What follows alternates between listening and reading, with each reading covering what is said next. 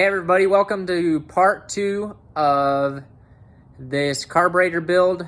Today we are going to be cleaning everything up and then putting it back together. I was going to do this all one piece where I did the cleaning, rebuild, and then all the adjustments, but it's going to be a very long video and very long-winded if I do that. So I will have another part where I just go through all your adjustments for your Carter AFB. The only adjustments I will go over with this one is your float adjustments, but that's just because you don't want to be taking the carburetor back apart to adjust it when you've already just put it back together. I do have one quick question that I like to ask you before we get going. Where do you prefer to get your carburetor rebuild kits? I got mine from just our local parts store, but I know some prefer getting them like Summit Racing or straight from Metalbrock or anything like that. So just hit me in the comments below and let me know where your favorite spot is to get your rebuild kits at. So just getting started with everybody's favorite part. I'm just scraping out the bowls and getting rid of all the gunk that was in there, because this one had obviously been sitting for some time, because I think I had, I don't know, maybe a quarter-inch of just dirt and debris and leftover fuel that evaporated in there.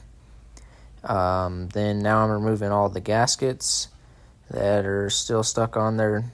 I just used a real small fine tip flathead screwdriver, and then now just going through and pretty much blowing out every hole possible that there is. Just sprayed out all your idle screw ports, and now the accelerator pump squirter, and then just pretty much going through my primaries, soaking the floats and your secondaries.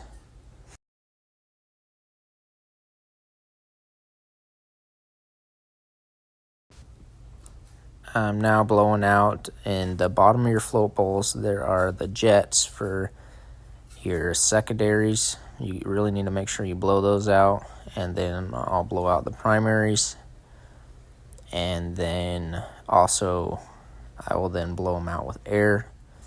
Yeah, you really don't want any gunk in there. It's just asking for a nightmare to happen.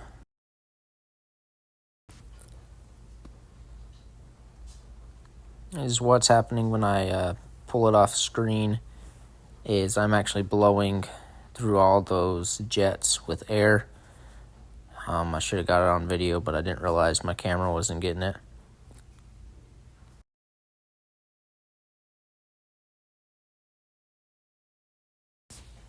Up next is pretty much the same exact drill as before. We are going through and blowing through every port possible.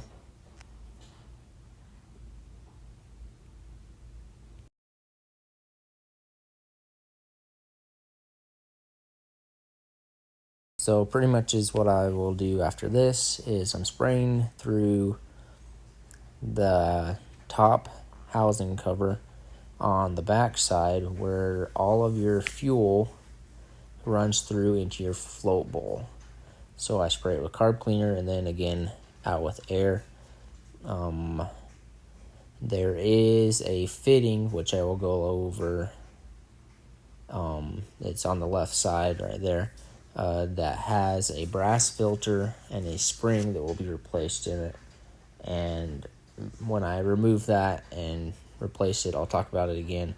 But I go through and I spray through it again as well. You want to make sure every port, everything is thoroughly clean, because the last thing you want to do is get it back together and then you're having a rough go of getting your car running right.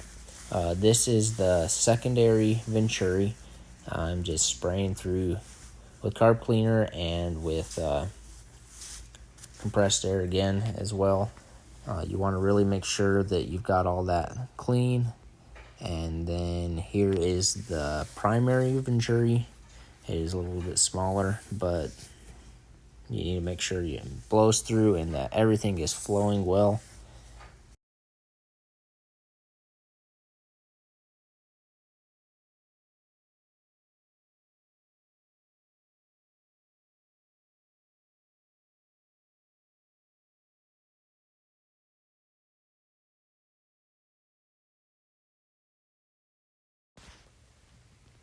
Up next on the list is our accelerator pump squirter, and all I'm doing is pulling that gasket off. You really want to make sure that you get all the gasket material off while you're there. It's just easier that way. If you are more thorough going back and cleaning it later, that's fine, but I prefer just to know everything's clean before I start going back together with it with the other gaskets. So I'm just going to spray it out with some carb clean and then with some compressed air as well. You really want to make sure that's flowing good.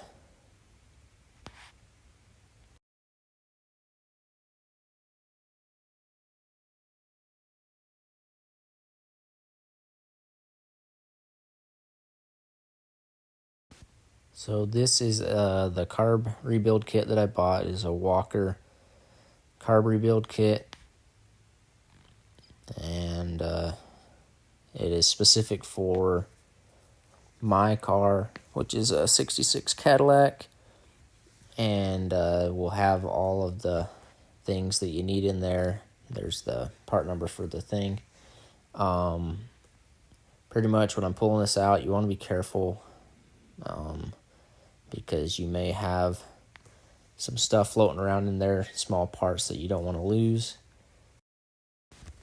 There's the needle and check ball for your accelerator pump squirter, and then the needle and seat for your floats, just a gasket, and then there's all your gaskets for your primary and secondary venturis, another needle and seat for your float.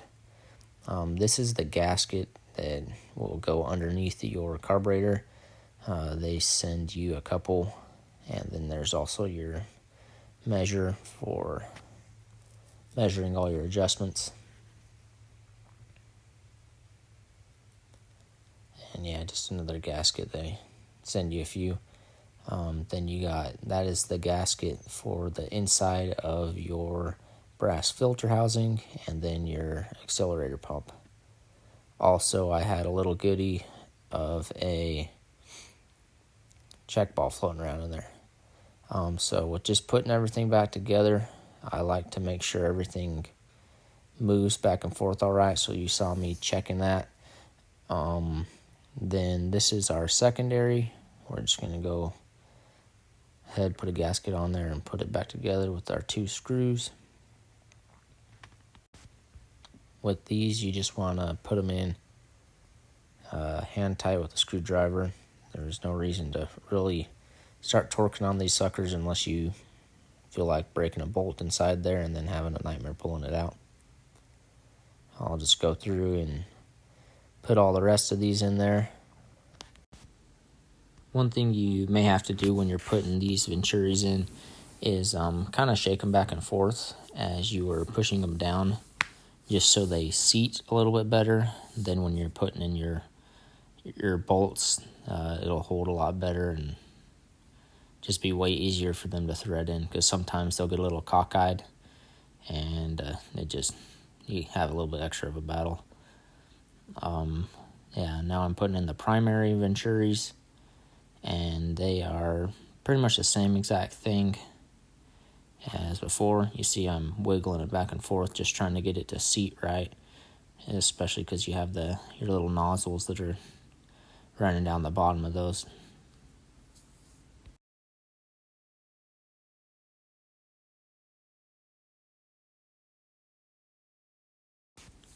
One thing that I do like to do that has seemed to save me a little bit of time is keep all your old gaskets, because in the set that they give you, they'll give you like 2 different kinds of gaskets that would go for your secondaries, and if you have the exact gasket, then you can just match it up and it goes just a little bit faster, since usually carburetors do take a little bit.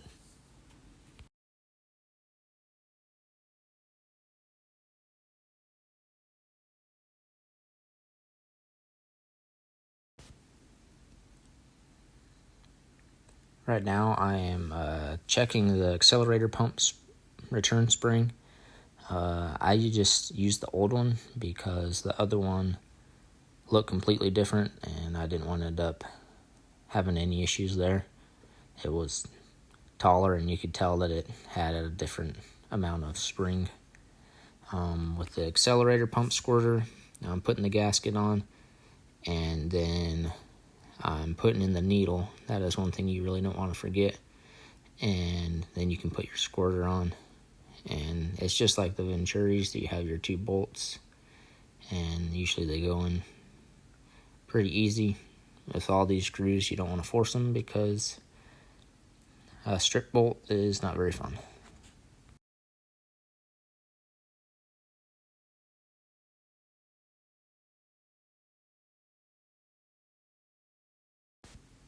With this next piece, I don't even really know what it's called.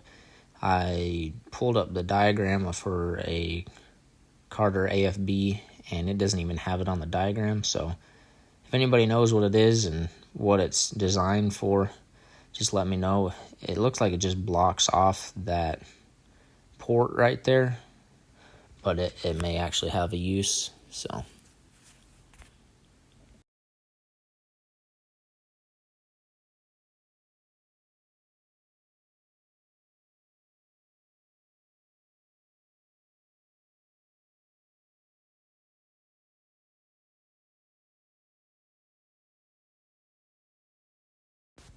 for the next thing we're going to be doing is figuring out our gasket that goes in between the halves.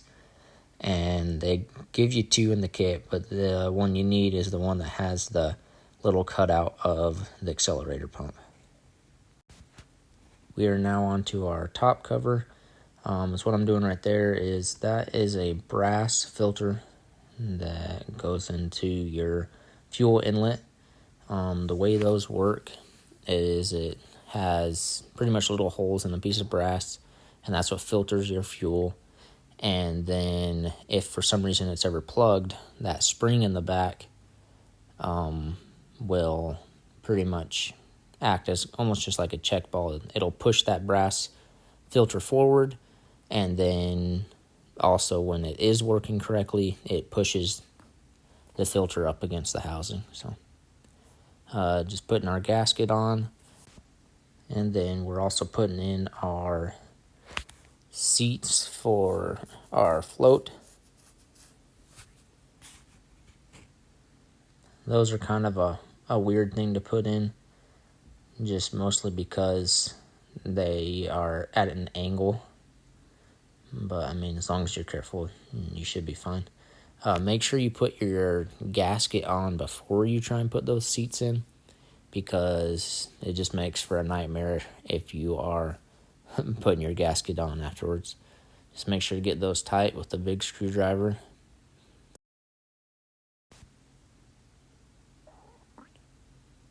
Next on the list is our accelerator pump linkage. All you do is you just slide it through the hole there in the top cover, and then there will be a hole you put your linkage in, and then just run your screw through. Make sure it goes through both sides of the linkage, and then that's that. It's pretty cut and dry. One thing I do like to do is after I get it all in, is you'll see me do it in just a bit, is to move the linkage up and down a little bit just to make sure everything moves freely. It will kind of bind a little bit if your little, almost a shackle, I guess you could call it, moves back and forth, but it will center when it goes inside the other housing of the carburetor. We are now putting our floats in. Just make sure you have your needle in there, and then you have a float hold down. Sometimes those can get burrs on them. If they're having trouble sliding through, kind of like mine is, you can just take some emery cloth or sandpaper and run it through there so it slides back and forth a little bit easier. That actually comes in really handy later on when you're checking adjustments and different things like that, because you'll be pulling your floats on and off. So after we get our floats all in, it's about time to start doing some adjusting. If you look at the way I have this float set up, this is what it's supposed to be accurately. I'll get the measurement in there. It is supposed to be 3/8 of an inch tall. So if you look, it pretty much lines up about with the 12. And so that's your float height. And then, so pretty much is what this measurement is that's how high the float needs to go in order for it to push the needle up to have fuel stop going into the carburetor. And so this is just kind of a play-by-play of what to do to make that adjustment on the other side. You can do it two ways.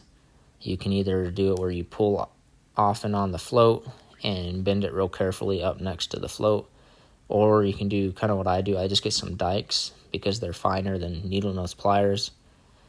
You can get a better grab on it and then just bend it up a little bit until I get it right. You want to make sure not to be wrenching on this really hard though, because the last thing you want to do is break a float.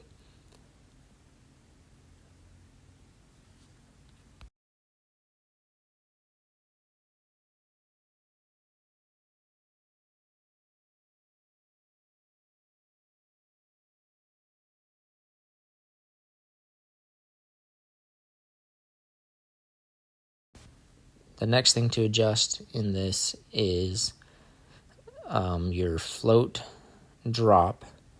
On the back of each float, there's a little tang that you can move back and forth, and it will pretty much, when it hits the top of that seat, that's when your float will stop moving down. If you can see, I'm kind of on the bottom of the screen, but you can see I'm pushing it down so that when the float drops, it hits sooner, because this measurement is supposed to be 15/16, I believe is what it is.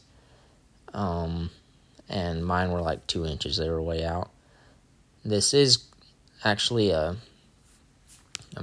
say fairly important adjustment. I mean, you can get away with being off by just a little bit, but pretty much it needs to be fairly spot on, because all it is just when the carburetor is empty, it'll be dropping down. We're finally going back together. Just make sure everything lines up. Is what I was doing before was putting a little bit of oil on the accelerator pump just so it slides in a little bit better. Just work your way down, and usually they go on pretty smooth and straight. It does tend to be easier, I feel like, if I leave my air cleaner bolt in. That's just to help it line up just a little bit better. But so all I'm doing is just putting all the bolts in one by one and then tighten them down. I prefer to go around it multiple times just because it helps to smash down that gasket just a little bit more and just know you didn't forget a bolt or anything. And then next is our metering rods. That is another thing you want to make sure that moves up and down smoothly.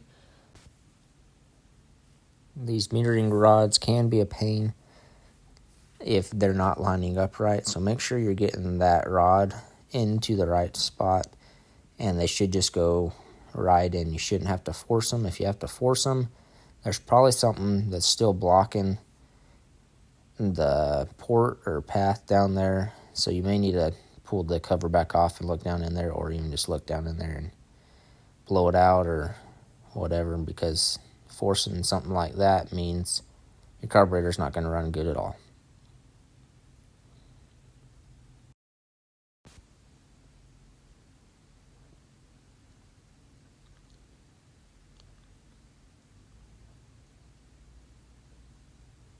After you make sure those are tight, you want to throw your linkages back on there, and then just make sure you put your clips on there so they don't come falling off. Most kits come with new clips, so you can either use those or keep track of your old ones and use those ones as well. There will be think 3 linkages on this one. You have your chokes on both sides, and then you have your accelerator pump linkage that will need to all be hooked up. And then pretty much that's it. Congrats, you made it through a carburetor rebuild. Thanks for watching today, guys. Hit me with any questions if you have any, and we will see you next time.